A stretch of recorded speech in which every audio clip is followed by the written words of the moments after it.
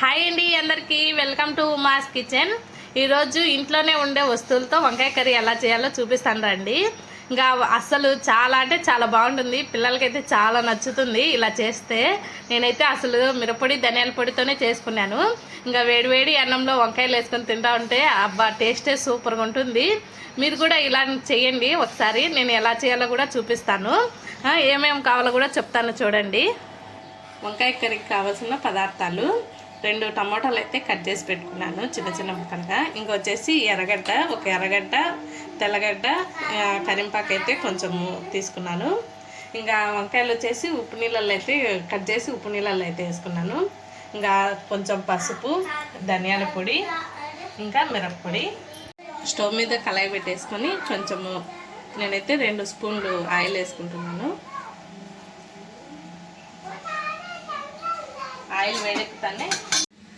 Oil వేడెక్కిన తర్వాత తిరగబాతు గింజలు వేసుకోవాలి.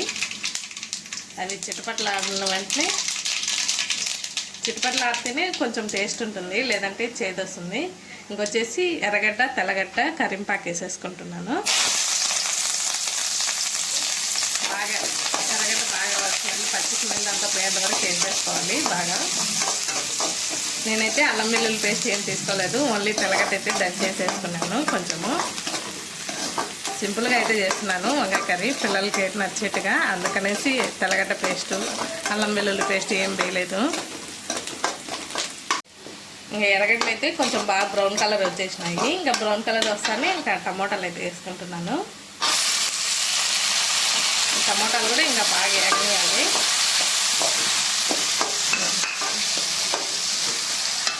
ఒక చిటికెడు కొంచెము పసుపు అయితే వేసుకుంటున్నాను.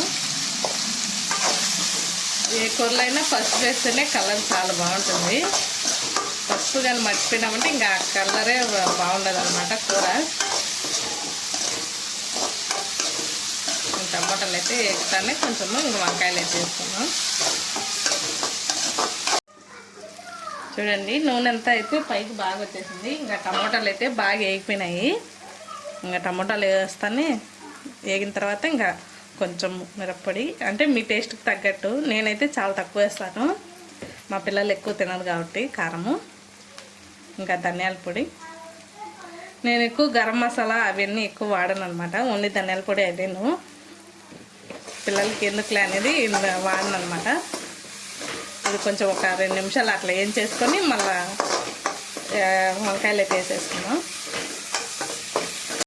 మసాలా అంతా కొంచెం వేగిన తర్వాత ఇంక వంకాయలు అయితే వేసేసుకుంటున్నాను. అంటే నేను సాల్ట్ ఇప్పుడే వేయలేదు, వంకాయలు కొంచెం అట్లా మగ్గిన తర్వాత మళ్ళీ సాల్ట్ వేస్తాను. వంకాయలు వేసేసి బాగా కలిపెట్టేసుకొని ఒక 5 మినిట్స్ మూత పెట్టేసుకుంటాను.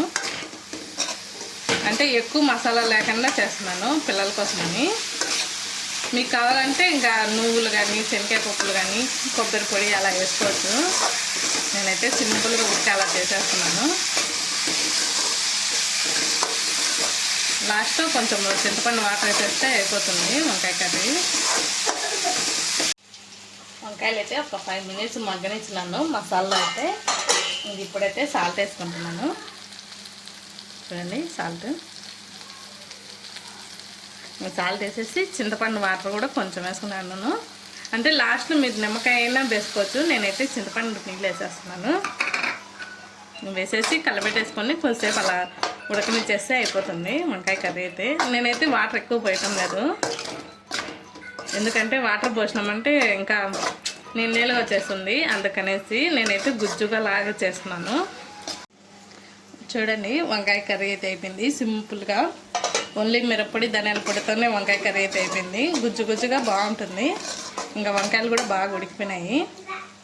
చూడండి, ఇంకా అన్నంలో పెట్టుకొని వేడి అన్నంలో పెట్టుకొని తిన్నాం. నేను లాస్ట్లో కొంచెం కొత్తిమీర జల్లుకుంటే ఇంకా బాగుంటుంది. నేనైతే మళ్ళీ మా పిల్లలు సరిగ్గా తినరు అనేసి వేయలేదు. ఇంకా వంకాయ కర్రీ అయితే అయిపోయింది.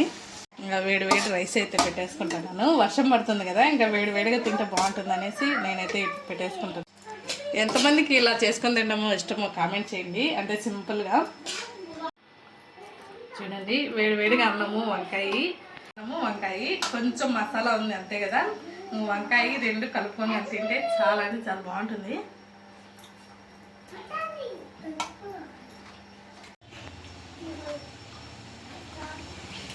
అసలు కాలిపోతుంది ఒక పక్క వంకాయ సూపర్గా ఉంది.